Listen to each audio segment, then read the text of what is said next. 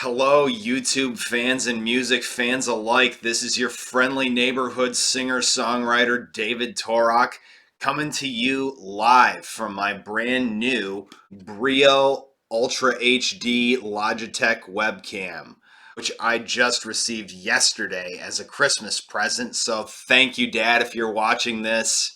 Really appreciate this gift. It seems like a really great quality webcam. That being said, I just thought I would make an appearance on this thing, make you all just this little video to not only serve as a test run for this thing, but to also give you guys 5 random facts about me that you may or may not have known before in an endeavor to help all of you fans out there get to know me a little better as a person and as a human being. So, with all of that being said, why don't we begin now?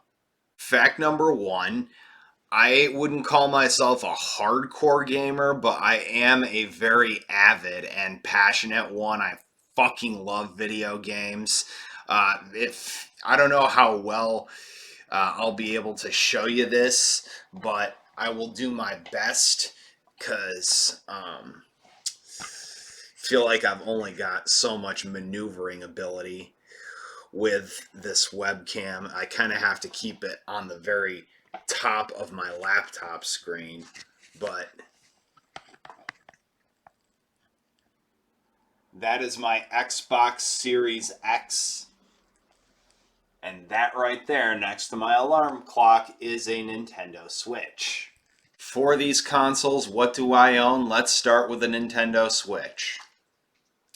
Super Mario Odyssey, Super Smash Bros. Ultimate, Mario Kart 8 Deluxe, Luigi's Mansion 3.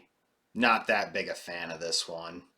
Super Mario 3D World / Bowser's Fury. Unpopular opinion, I actually like this game better than I like Mario Odyssey. Crucify me. Crash Bandicoot N. Sane Trilogy. The Last Kids on Earth and the Staff of Doom. Pokemon Brilliant Diamond. Pac-Man World Repack. Ori the Collection. This is a compilation of the 2 Ori games, Ori and the Blind Forest and Ori and the Will of the Wisps. Both very, very well designed and gorgeous and immersive side-scrolling platformers. Really dig these. The House of the Dead remake. And The Legend of Zelda Breath of the Wild, which, if you can believe this, I still have not played yet. Again, crucify me if you must in the comments. For the Xbox Series X, I have Halo Infinite, Star Wars Jedi Fallen Order, Teenage Mutant Ninja Turtles The Cowabunga Collection, which is a compilation of all the old school TMNT games from the NES, the arcade, the Game Boy games, the Super Nintendo and Sega Genesis games, literally just about all that shit. You can find it in here, and it's great. I love those games. And Grand Theft Auto The Trilogy, which comprises remakes of Grand Theft Auto 3, Grand Theft Auto Vice City, and Grand Theft Auto San Andreas.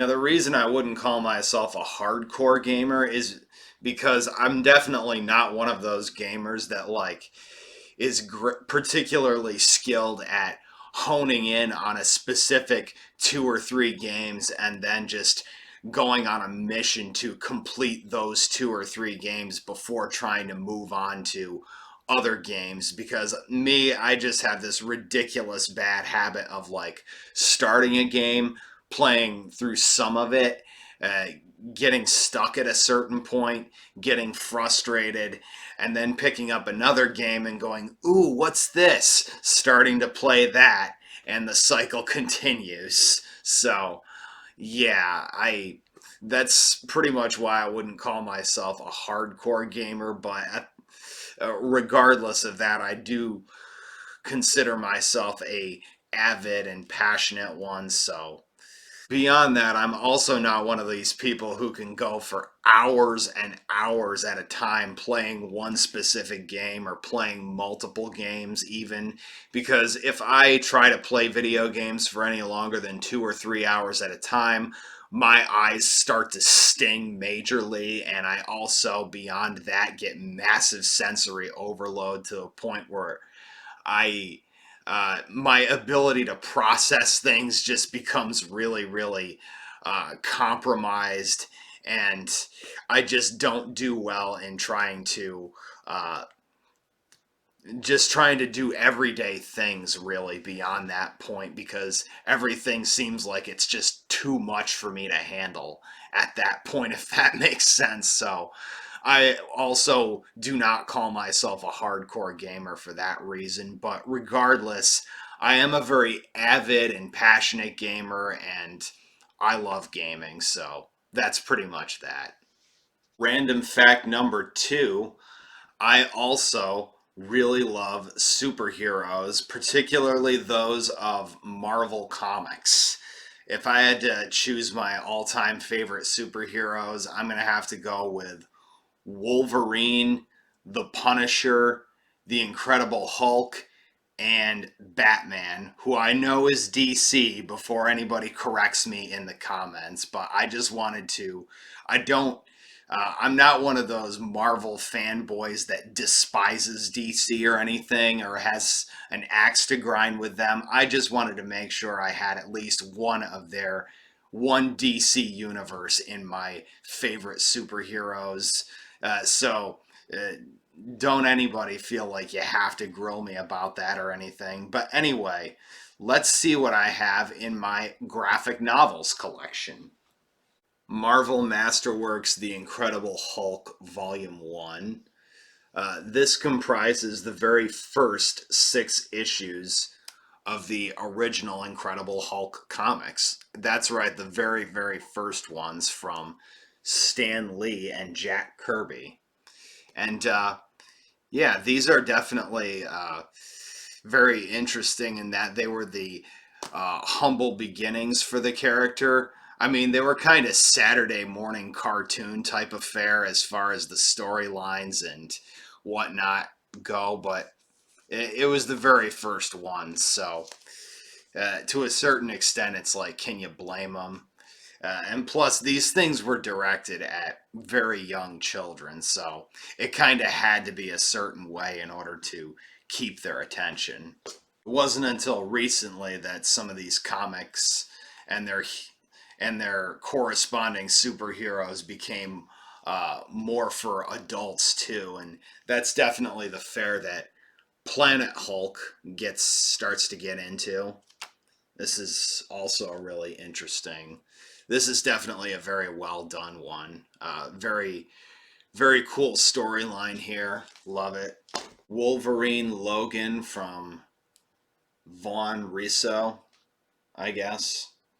I haven't read this one in a while, so really couldn't tell you all that much about it. Wolverine by Daniel Way, the complete collection, volume one. A lot of really interesting stories with the character here. Extremely well written and very, very violent. Anything with Wolverine is going to be violent and very dark and gritty, but for those of you who enjoy dark and gritty storylines and who love superheroes, this is definitely a win.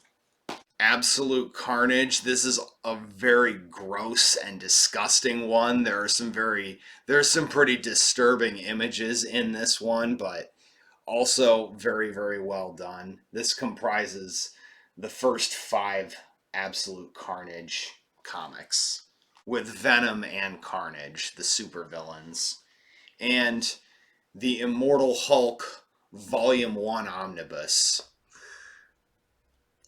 by multiple authors. I haven't gotten into this too much yet because this is also one of the Christmas presents I just received yesterday. My dad got this for me as well, so thanks, Dad. again if you're watching this. But yeah, so far of what I have read of it, it seems pretty cool. But yeah, guys, I have always thought that comic book heroes were the shit.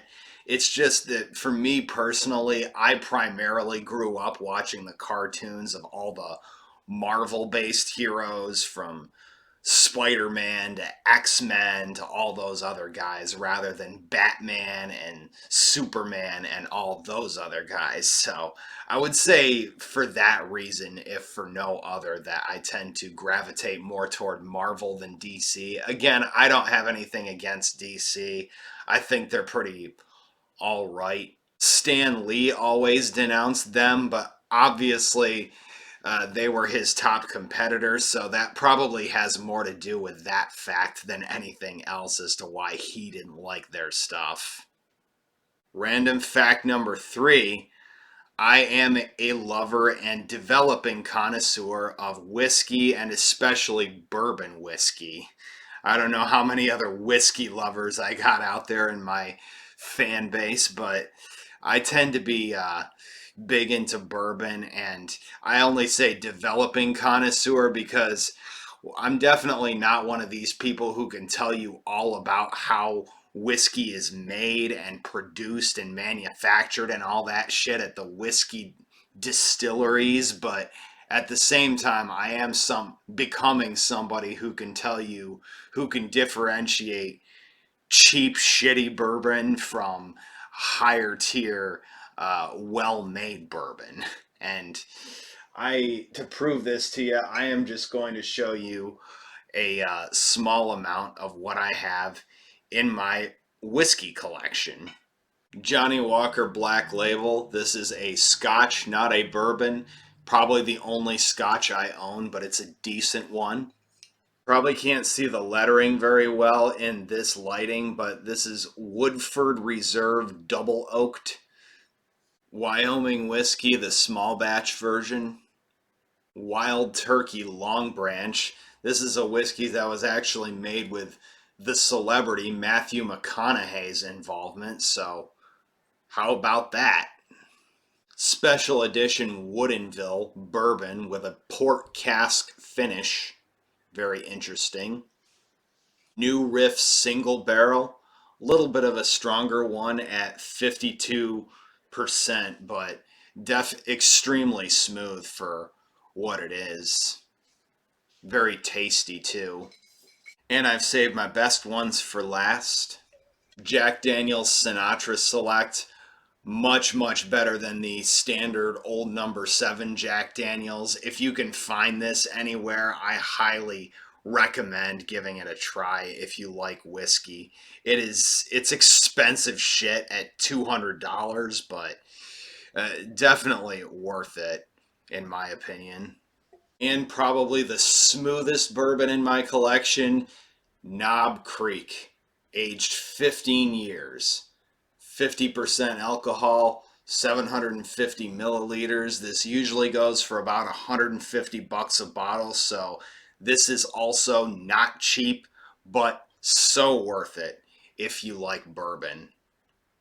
I would say since about my early 20s, I always kind of had a thing for whiskey.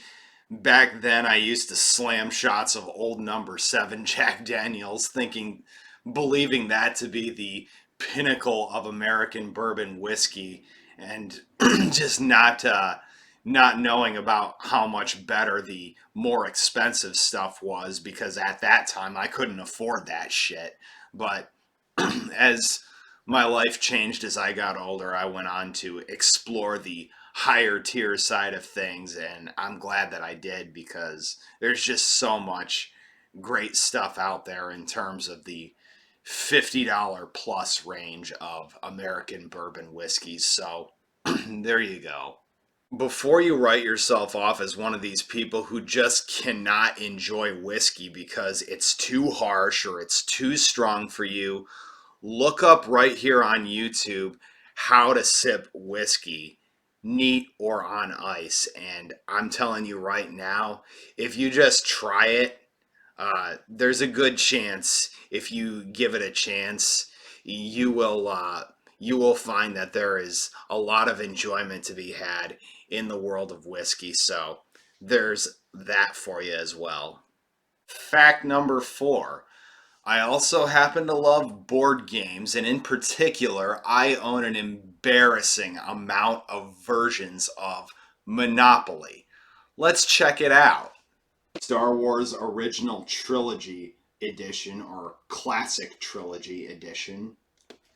Star Wars Saga Edition, which of course features content from the prequel trilogy, not just the original trilogy.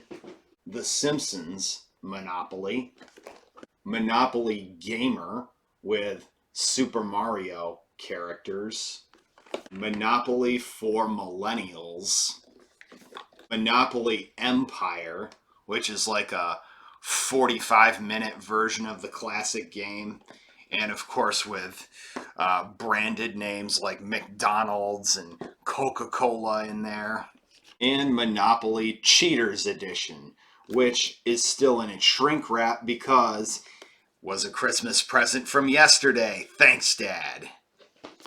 I grew up playing board games with my parents, so I guess I don't really have much of an explanation beyond that point for how I came to love them so much. I mean, they're fun, they're interactive, and yeah, they just tend to make the time go by faster, especially when you're surrounded by a group of your friends and have a alcoholic beverage of some sort at your side. So, yeah, board games are awesome.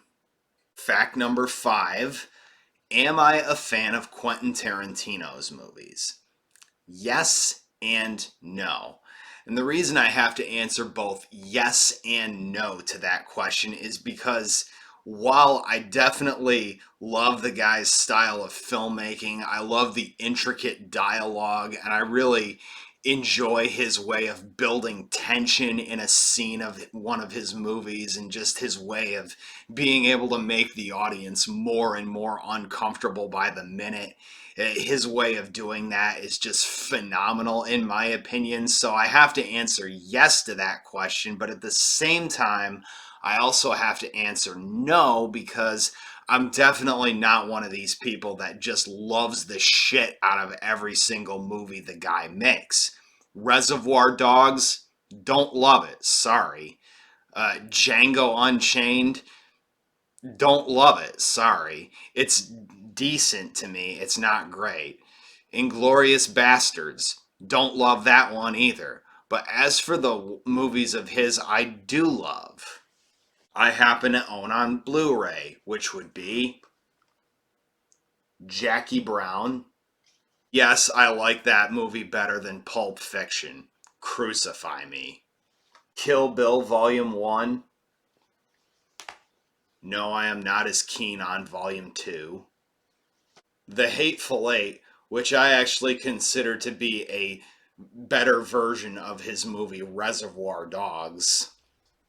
And Once Upon a Time in Hollywood, which in a way I consider to be a better version of his movie Pulp Fiction. Again, crucify me if you must. That about wraps it up, people.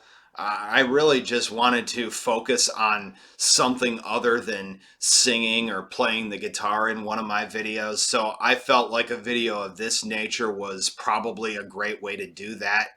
I'm just going to put this out there and hope for the best. I hope that you guys will enjoy it, but if for whatever reason you don't, you're free to leave me a comment and voice your criticisms. I am a pretty open book as far as criticism goes. I'm all ears. I'm not one of these people who's going to bite your head off or anything. Be sure to be on the lookout for more musical content from me in 2023. I'm only 29 years old, so I've got many more years left of this whole singer-songwriter path. I definitely don't plan on retiring from it. If any of you guys think that once I get to be a certain age, I have any ideas about doing that, because I firmly believe that music will always be a big part of my life. So yeah. Before I forget, one last thing. Physical copies of my debut studio album, The Season Between Summer and Autumn, are now available. So if you would like one, reach out to me, whether through email, Facebook, Instagram, whatever the hell you want to use, and I will see about getting you one. Only $15, so take care. God bless. Hope you all had a Merry Christmas and Happy 2023.